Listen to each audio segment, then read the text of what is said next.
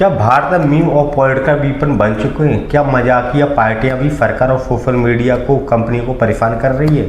और आखिरकार क्यों अचानक इंटरनेट पर ट्रेंड करने लगी कॉकरोच जनता पार्टी?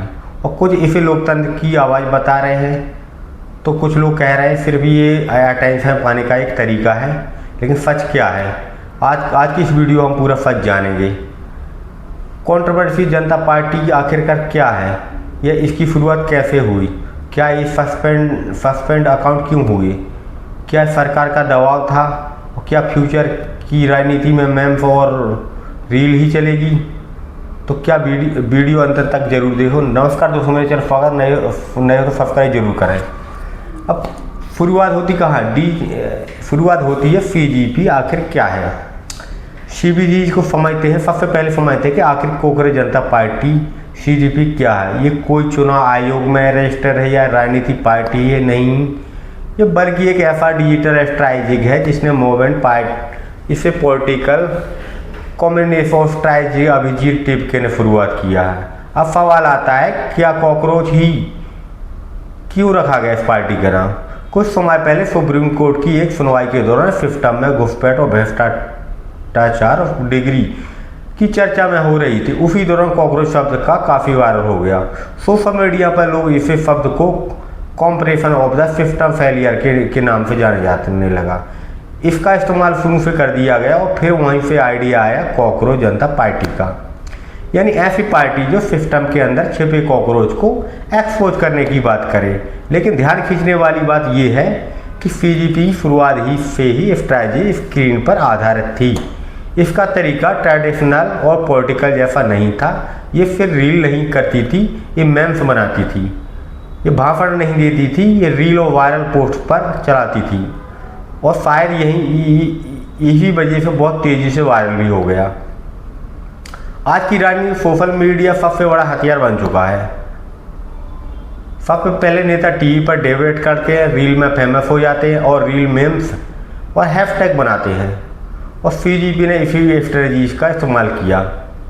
उनके पोस्ट फनी थे, स्ट्रेटेजिक थी और पॉलिटिकल में भी ऑडियंस को ये कंट्रोवर्सी रियल और युवाओं को लंबी पॉलिटिकल स्पीच देखना पसंद नहीं था।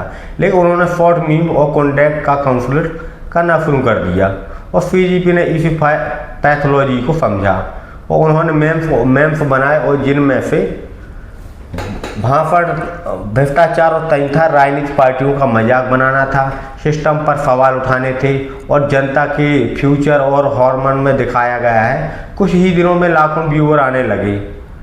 अब इंस्टाग्राम पोस्ट पर ट्विटर यानी हैशटैग ट्रेंडिंग होने लगा और यहीं से कंट्रोवर्सी शुरू हुई।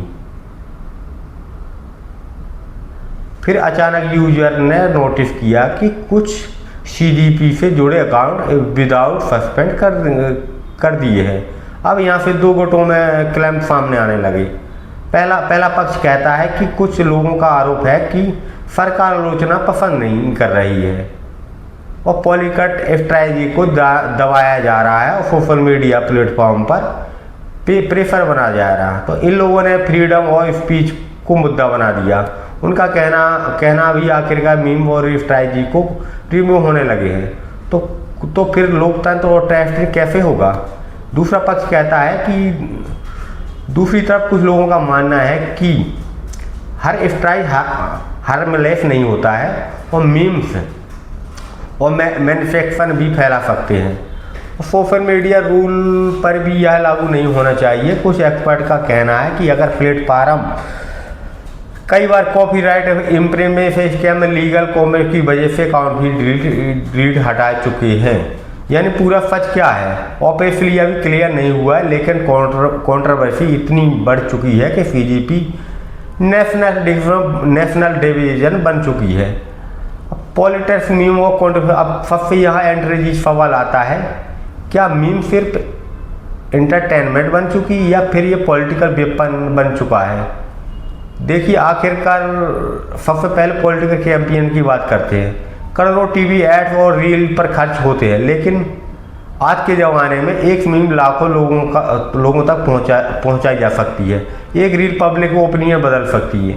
एक हैशटैग नेशनल डिबेट तक शुरू कर सकता है, और सीजीपी ने यही साबित करके दिखाया है। स्मार्टफोन यानी फ्यूचर की राजनीति सिर्फ साइंस में नहीं चलती है, इंस्टाग्राम ऐप पर भी लड़ाई जा सकती है।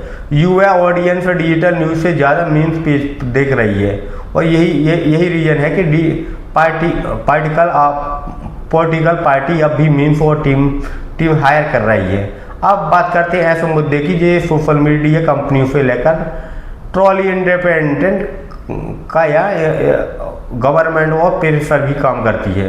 अब सवाल ये कि भारत में नहीं पूरी दुनिया में पूछा जा रहा है, अमेरिका से लेकर यूरोप तक कई देशों में भी गवर्नमेंट और ब्रिटिश कैंपियन के बीच में टेंशन देखने को मिली है, क्योंकि सोशल मीडिया अब सिर्फ इंटरटेनमेंट नहीं रहा है, अब ये बन गया है public opinion, elected influencer, national creative और पॉलिटिकल इमेज भी बदल सकता है।